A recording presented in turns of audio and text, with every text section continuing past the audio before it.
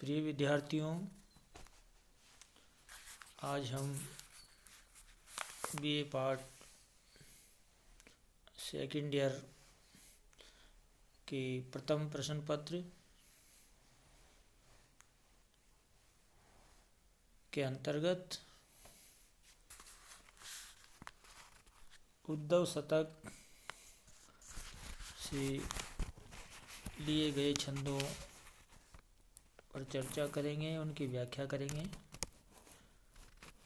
उद्धव शतक के रचनाकार कवि रत्नाकर जी के पद्यांशों को हम पढ़ेंगे। इससे पूर्व के कुछ पद्यांश हमने पूर्व में पढ़े थे, उन्हीं को आज हम आगे बढ़ाते हुए इन पर चर्चा करेंगे।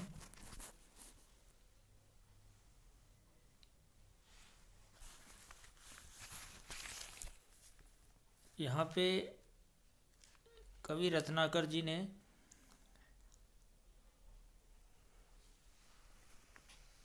इस बात की ओर संकेत किया है, देखिए, आए भुज बंद दय उद्धव सखा के कंद, डगमग पाए पग धरत धराए है। कहे रत्नाकर न बूझे कछु बोलत भी, खोलत न नैन हूँ अचेत चित छाए है। पाई बये कंज में सुगंध राधिका को मंजू, ध्याय कदली बन मतंग लो मताई है। कान गए जमुना नहान पे नए सिर, सो नीके तहाँ नेई की नदी में नहाई थे। यहाँ पे कवि रत्नाकर जी ने अपने उद्धव शतक में इस पद्यांश में कृष्ण और उनके सखा मित्र भाई के रूप में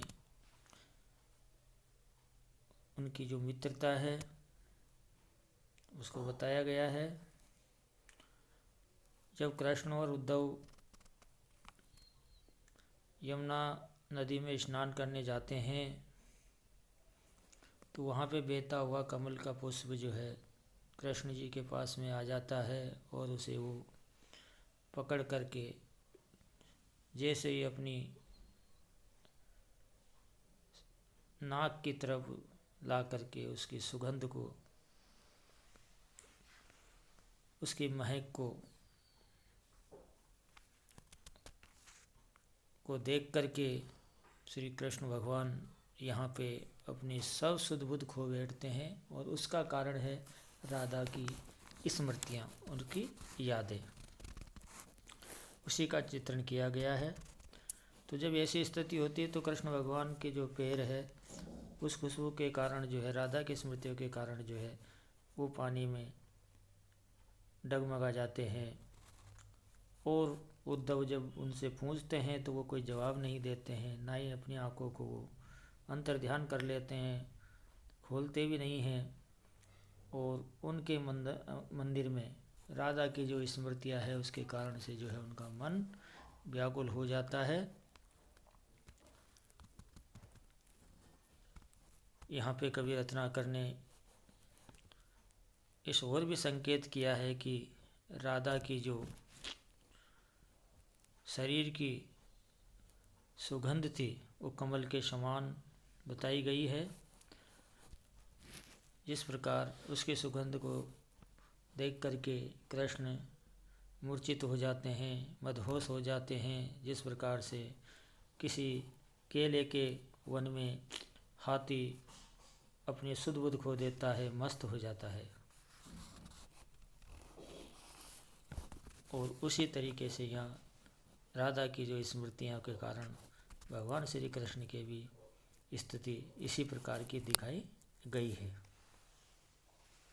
तो यहाँ पे जब वो नहाने जाते हैं और जब इस प्रकार की स्थिति बनती है तो वो अपने सब कुछ भुला देते हैं और राधा की स्मृतियों में ही वो खो जाते हैं। तो यहाँ का प्रेम का जो चित्रण है वो मार्मिक चित्रण इसमें किया गया है। उत्प्रेक्षा अलंकार है, यमक है। अगला है विद्यार्थियों, तीसरा है, दे की धूरी ही ते दोरी, पोरी लगी भोट भेंट लाई, आसन दे शासन समेटी सकुचानी ते। कही रत्नाकर योग गुणन गोविंद लागे, जो लो कछु भूले से प्रेम से अकुलानी ते। कहा कहे उदो सो, कहे तो कहाँ लो कहे, कैसे कहे कहे पुनि कौन सी उठानी ते, तोलो अधिकाए ते उमंग कटी आई भीति, नीर है बहन लगी या ताकि आन थे। जब राधा की स्मृतियों में कृष्ण की जो स्थिति दिखाई गई है उसका वर्णन किया गया है इसमें। और जब कृष्ण इस प्रकार अपनी सद्बुद्धि खो देते हैं तो उनके सखा, उनके मित्र उद्धव जी उन्हें उठा करके राजमहल ले जाते हैं। और वहाँ पर जब कृष्ण को होश आता है तो उनका हालचाल पूछते हैं। उसी कृष्ण की मनोदशा का चित्रण इसमें किया गया है।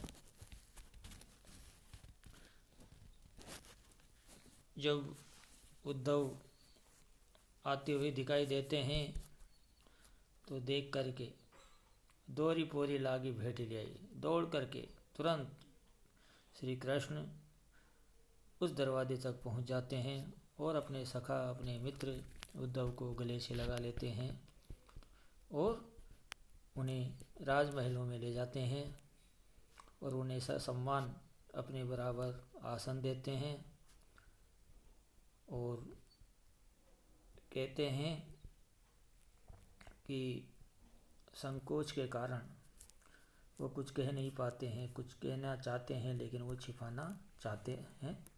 इसी बात को यहाँ पे कवि ने बताया है। जब कृष्ण को इस प्रकार की स्थिति उद्धव की देखते हैं वो, तो वो मन में विचार करते हैं और अपनी भावनाओं को उद्धव से कहना भी चाहते हैं, लेकिन कैसे कहे, कहाँ से इसको प्रारंभ करें। और कहते कहते इस प्रकार से कहते हैं कि श्री कृष्ण भगवान का जो है कंठ आई भींची, जैसे गला रुक जाता है, गला अवरुद्ध हो जाता है और वो नीर है बहने लागी बात आँखी आनते हैं, वो कुछ नहीं कह पाते हैं और उनकी आंखों से अश्रुओं की धारा जो है बहती हुई दिखाई देती है।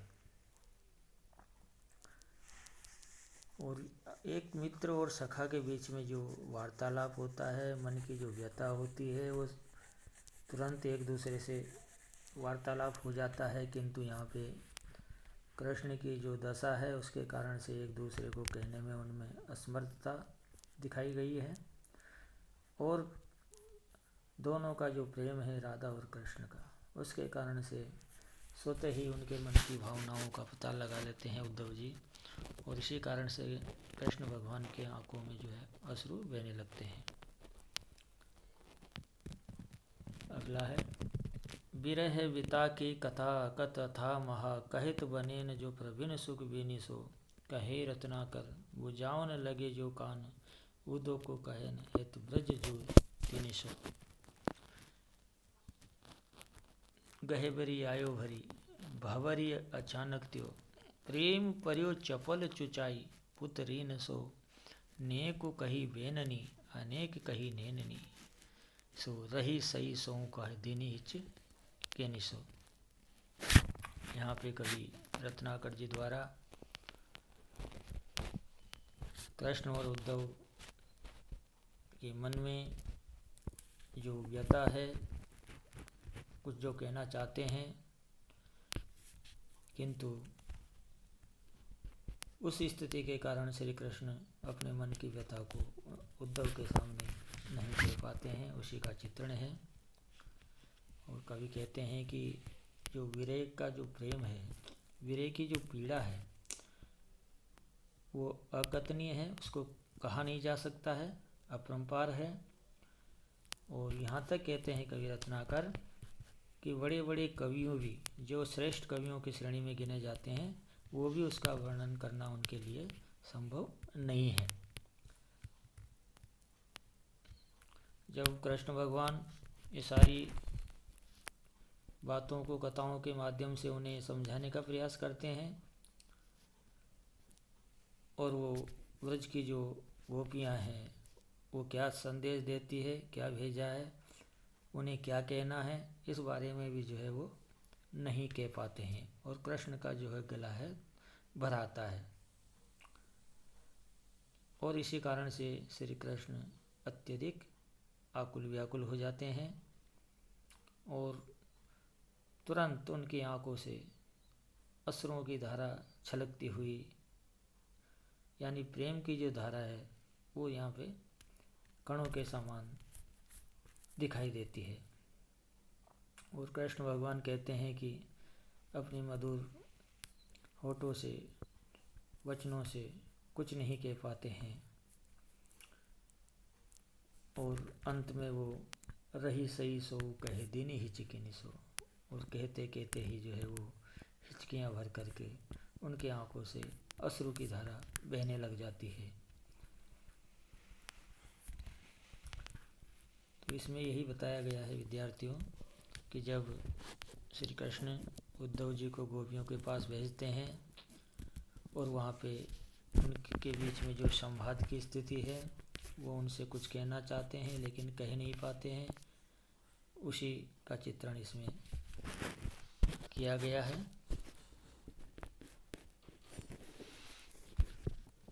तो विरह का जो चित्रण है बहुत ही मार्मिक और सटीक इस पद्यांश में जो है कवि रत्नाकर जी ने किया है।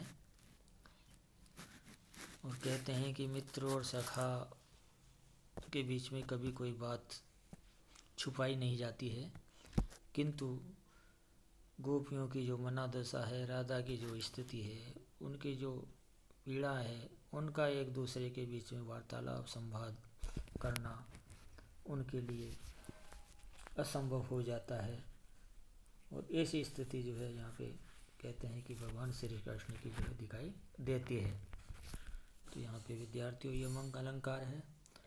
और सबसे महत्वपूर्ण बात है अतिशयोक्तिपूर्ण अलंकार का सुंदर चित्रण कवि रत्नाकर जी ने इसमें किया है। विद्यार्थियों आज हम इतना ही, कल हम अगले पद्यांश पर चर्चा करेंगे जो उसका 5वां पद्यांश है। तब तक के लिए नमस्कार।